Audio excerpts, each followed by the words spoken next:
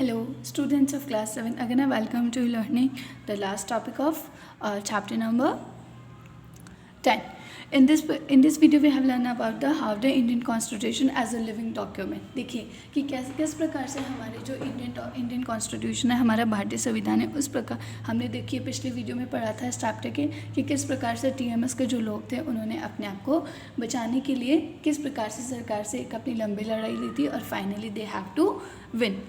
The foundation of all movements for justice and the inspiration for all the poetry and songs on equality is a recognition that all people are equal. हमारे देश में जो इतने सारे लोगों ने ये इतने सारे जो ऑर्गेनाइजेशंस हैं जिन्होंने समय समय पर अपनी समानता के लिए बहुत संघर्ष किए अपनी इक्वलिटी को पाने के लिए, तो इसके ऊपर बहुत सारी कहानियाँ लिखी गई है, बहुत सारी कविताएं लिखी गई है, गीत लिखे गए.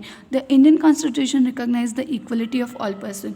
हमारे जो देश का संविधान है वो क्या सभी लोगों को कैसा मानता है, एक समान मानता है. Women's and struggles for equality in India continuously refers to the Indian constitution to make their point about equality and justice for all.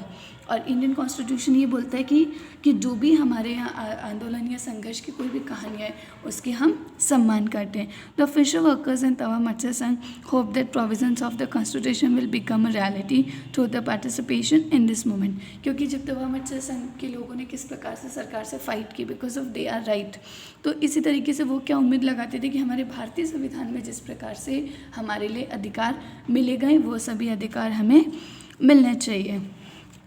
Constitution they use as a living document. तो इस तरीके से हम कह सकते हैं कि हमारा जो है कि जो इंडियन कॉन्स्टिट्यूशन है एक दस्तावेज की तरह है जिसका यूज़ हम किस प्रकार कर रहे हैं.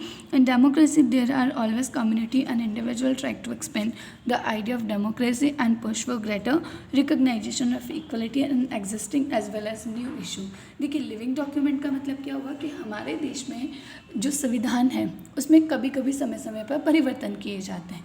वो परिवर्तन क्यों किए जाते हैं कि मान लीजिए किसी केस में किसी आंदोलन के बाद कोई प्रभावी रूप से कोई सुझाव निकला, तो उस सुझाव को मानने के लिए उसको इम्प्लाई करने के लिए हमारे देश में के जो नियम हैं उनमें समय समय पे बदलाव किए गए. इसलिए हम ये भी कह सकते हैं कि इंडियन कॉन्स्टिट्यूशन की एक की टर्म क्या है कि इंडियन कॉन्स्टिट्यूशन किस टाइप का, फ्लैक्सिबल है, एक लचीला नियम कानून कायदे वाला एक दस्तावेज है जिसमें समय समय पर परिवर्तन किए जा चुके हैं और आगे भी किए जाते रहेंगे. Issue of equality are central to a democracy. देखिए समानता, ये जो हमारी समानता है जिसे हम समता भी बोलते हैं, ये हमारा एक ऐसा पॉइंट है कि हमारे देश के अंदर इक्वलिटी को बहुत इंपॉर्टेंट माना गया है. In this book we have tried to highlight issues that pose a challenge to the idea of equality in a democracy.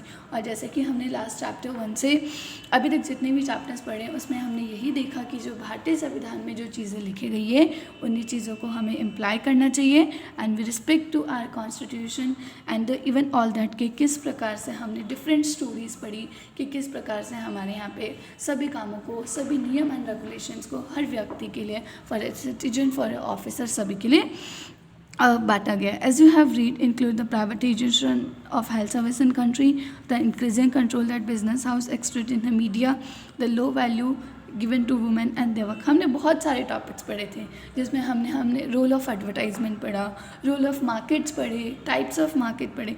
तो हम बोल सकते हैं कि these all are the combination of struggle for equality, जो कि हर समय पे अलग अलग व्यक्ति, कभी as a business person, as a mason, as a any kind of worker, we all do this. Thank you all.